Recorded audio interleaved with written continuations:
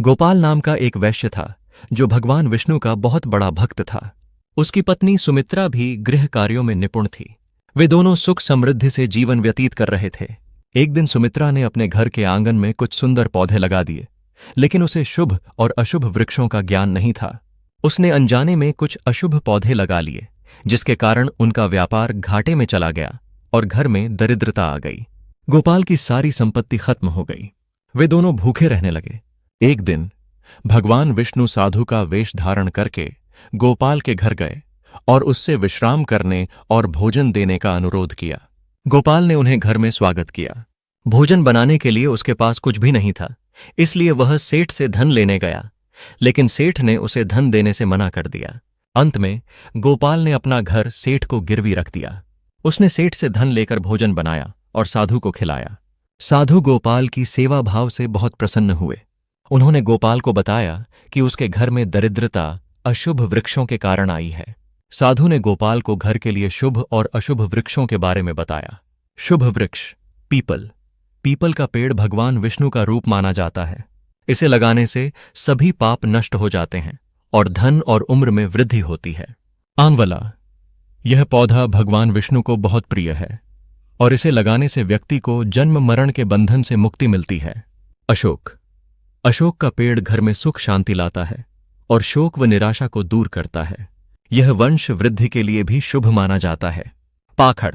इस पेड़ को लगाने से महायज्ञ के बराबर फल मिलता है। नीम। नीम का पेड़ उम्र बढ़ाता है और कई बीमारियों को दूर करता है। जामुन। जामुन का पेड़ कन्या संतान की प्राप्ति के लिए शुभ माना जाता है। बेल और गुलाब।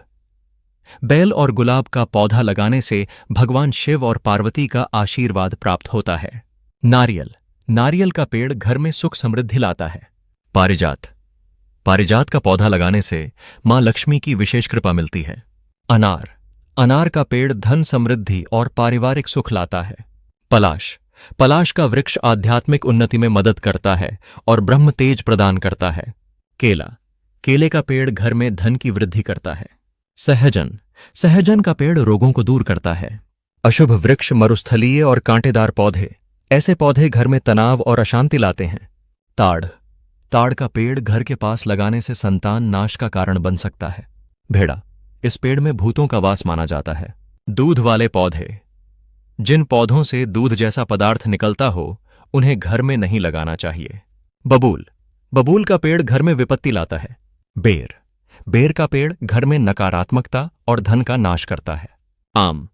आम के पेड़ को घर से दूर लगाना चाहिए। पपीता। पपीते का पेड़ घर में धन का विनाश करता है। गोपाल ने साधु के बताए अनुसार सभी अशुभ वृक्षों को हटाकर शुभ वृक्ष लगाए।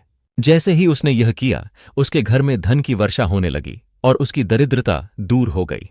गोपाल और उसकी पत्नी को यह समझ आ गया कि वह साधु कोई और नहीं बल्कि साक्षात भगवान विष्णु ही थे। यह कथा हमें सिखाती है कि हमारे घर के आसपास लगाए गए वृक्षों का हमारे जीवन पर गहरा प्रभाव पड़ता है।